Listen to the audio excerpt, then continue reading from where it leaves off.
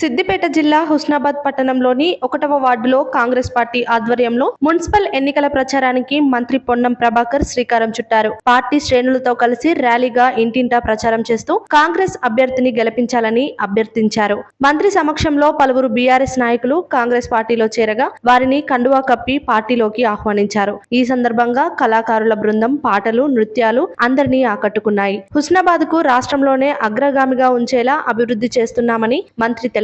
రాజకీయాలకు అతీతంగా అర్హులైన ప్రతి ఒక్కరికి సంక్షేమ పథకాలను అందిస్తున్నామని పేర్కొన్నారు. పట్టణంలోని 20 వార్డులకు గాను 20 మంది కాంగ్రెస్ పార్టీ అభ్యర్థులను గెలిపిస్తే మరింత ఉత్సాహంగా అభివృద్ధి చేస్తానని వెల్లడించారు.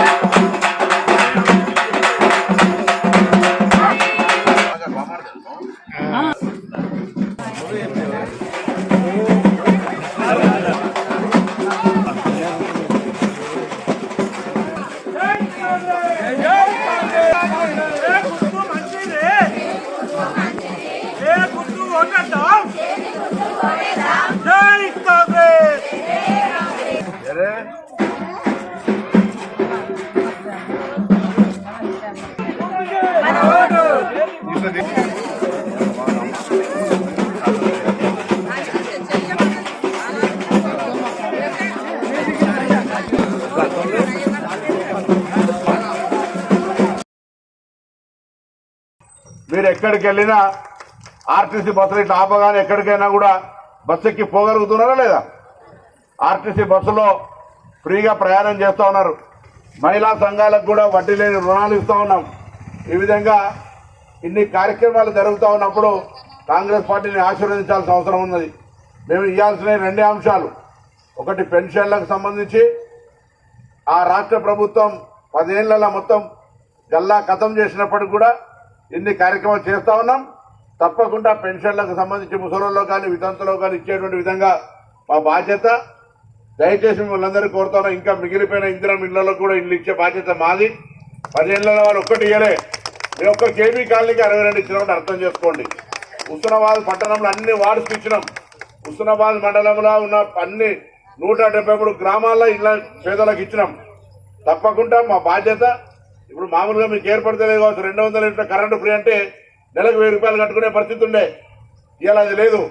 సన్న బియ్యం బయట కొనుక్కొచ్చుకుంటే ఎంత పరిస్థితి ఉంటుండే. ఇవాళ బియ్యాన్ని మనిషికి 6 కిలోల చొప్పున బియ్యం వస్తూ ఉన్నాయి. నెలకు 500, 1000 బస్సులు అటువైనా ఇటువైనా ఖర్చు ఏర్పడకపోతుండే. ఇలా కరిమేర పోయిస్తే 50-100 రూపాయలు అయిపోతుండే. ఇవాళ అటువంటి బస్సు కిరాయిలను ఫ్రీగా చేసినాం. వడ్డీ లేని రుణాలు సభ్యులు, మహిళా సంఘాల సభ్యులందరికీ కూడా మొన్ననే ఇందిరా